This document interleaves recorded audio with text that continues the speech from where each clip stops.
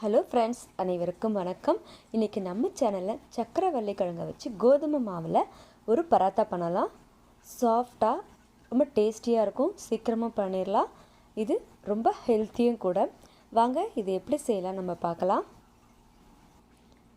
இந்த மாதிரி ஒரு சக்கரவள்ளி கிழங்கு எடுத்துக்கலாம். இதை நாம் ஆவியில் வேக வச்சு எடுத்து தோல் உரித்து வச்சுக்கலாம். அப்புறம் 1 கப் கோதுமை மாவு. இந்த கோதுமை மாவில் 1/4 ஸ்பூன் உப்பு போட்டுக்கலாம்.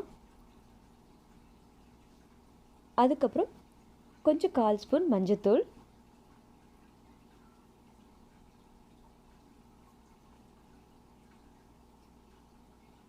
நமக்கு தேவையான மசாலாக்கள் தான். இதில் ரொம்ப பெரிய எந்த எக்ஸ்ட்ராவாக எதுவும் சேர்க்க போகிறதில்ல. நம்ம காரத்துக்கு கொஞ்சம் மிளகாய்த்தூள் சேர்த்துக்கலாம். இது ரொம்ப டேஸ்ட்டாக இருக்குங்க. ஈஸியாக பண்ணிடலாம். இங்கே பாருங்கள், எல்லாமே நீங்கள் 1/4 ஸ்பூன் எடுத்துக்கோங்க போதும்.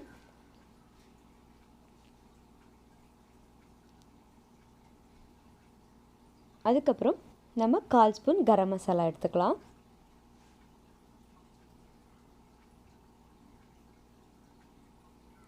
இப்போ இந்த ட்ரை இன்க்ரீடியன்ஸ்லாம் எடுத்து போட்டுக்கலாம். அதுக்கப்புறம் தனியாத்தூள் 1/4 ஸ்பூன் போட்டுக்கலாம்.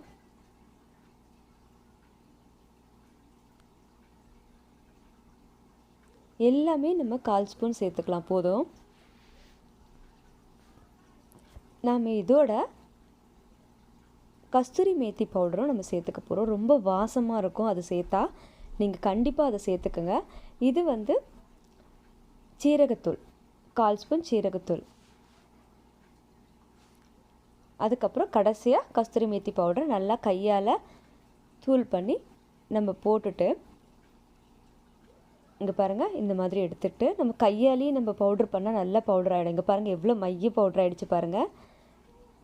இந்த மாதிரி பவுடர் ஆகிடுச்சு இல்லையா? இப்போ நம்ம கையால் நல்லா எல்லாத்தையுமே மிக்ஸ் பண்ணி விட்டுருக்கலாம். ட்ரையாக இருக்கிற எல்லா பொருளையும் இந்த மாதிரி மிக்ஸ் பண்ணிக்கலாம். அதுக்கப்புறம் இங்கே பாருங்கள், இந்த மாதிரி நல்லா வெந்துருச்சு நம்மளுடைய ஸ்வீட் பொட்டேட்டோ சக்கரவள்ளி கிழங்கு. தண்ணி ஊற்ற வேண்டாம். இதை கையால் நல்லா பேஸ்ட்டாக மசிச்சு அந்த மாவுலேயே விட்டுக்கலாம். நம்ம விட்டுட்டு இப்போ இதை நல்லா பிசைஞ்சிக்கலாம். இதில் இருக்கிற தண்ணியே நமக்கு கொஞ்சம் போதுமான அளவாக இருக்கும். இப்போ நம்ம லாஸ்ட்டாக பத்தலைனா மட்டும் லைட்டாக தண்ணி தெளித்து விட்டுக்கலாம்.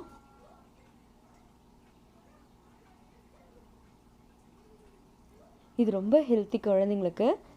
இது ட்ரை பண்ணி பாருங்கள். நீங்கள் ஈவினிங் ஸ்நாக்காக கொடுக்கலாம், நீங்கள் பிரேக்ஃபாஸ்ட்டாக கொடுக்கலாம்,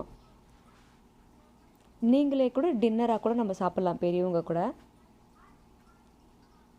நம்ம நீங்கள் ரெண்டே இந்த ஸ்வீட் பொட்டேட்டோ பராத்தா எடுத்துக்கிட்டிங்கன்னா ரொம்ப ஃபில்லிங்காக இருக்கும். ட்ரை பண்ணி பாருங்கள்.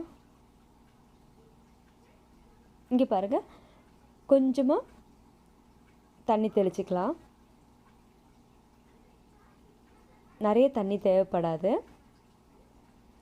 இப்போ அவ்வளோதான், இவ்வளோ தண்ணி நமக்கு போதும். இப்போ இந்த மாவை நல்லா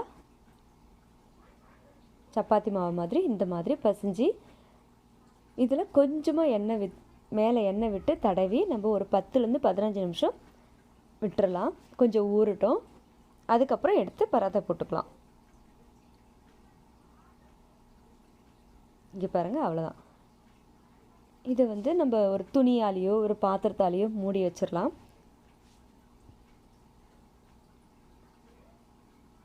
இது ஒரு 15 நிமிஷம் ஊறட்டும். இப்போ 15 நிமிஷம் ஆயிடுச்சு. நம்ம பராத்தா போட ஸ்டார்ட் பண்ணிடலாம். இங்கே பாருங்கள் எவ்வளோ சாஃப்டாக இருக்குது.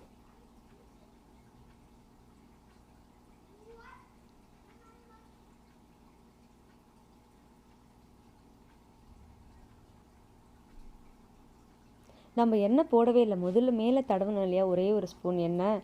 அந்த எண்ணெய் தான் இது. இதுக்கு நிறைய எண்ணெயும் தேவைப்படாது. இப்போது நம்ம சைடில் தவா நான் ஹீட் பண்ணிட்டேன். சப்பாத்தி போட ஆரம்பிச்சிடலாம். ஈஸியாக இது திரட்ட வருங்க. ரொம்ப மெலிசாவே நம்ம போடலாம். இங்கே பாருங்கள் எவ்வளோ நல்லா அழகாக திரட்ட வருது பாருங்கள்.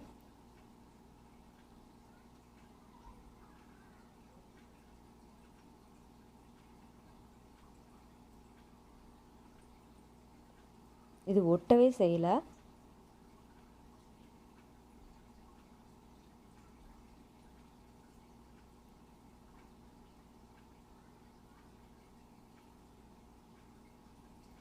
நல்லா மெலிசாக திரட்டி இப்போ நம்ம தவாவில் போட்டு எடுத்துடலாம்.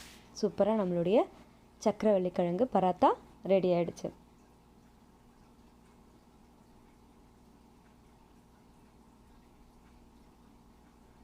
இங்கே பாருங்கள் தவா சூடாயிடுச்சு. நம்ம இப்போ போட்டு எடுத்துடலாம் ஒன்று ஒன்றா.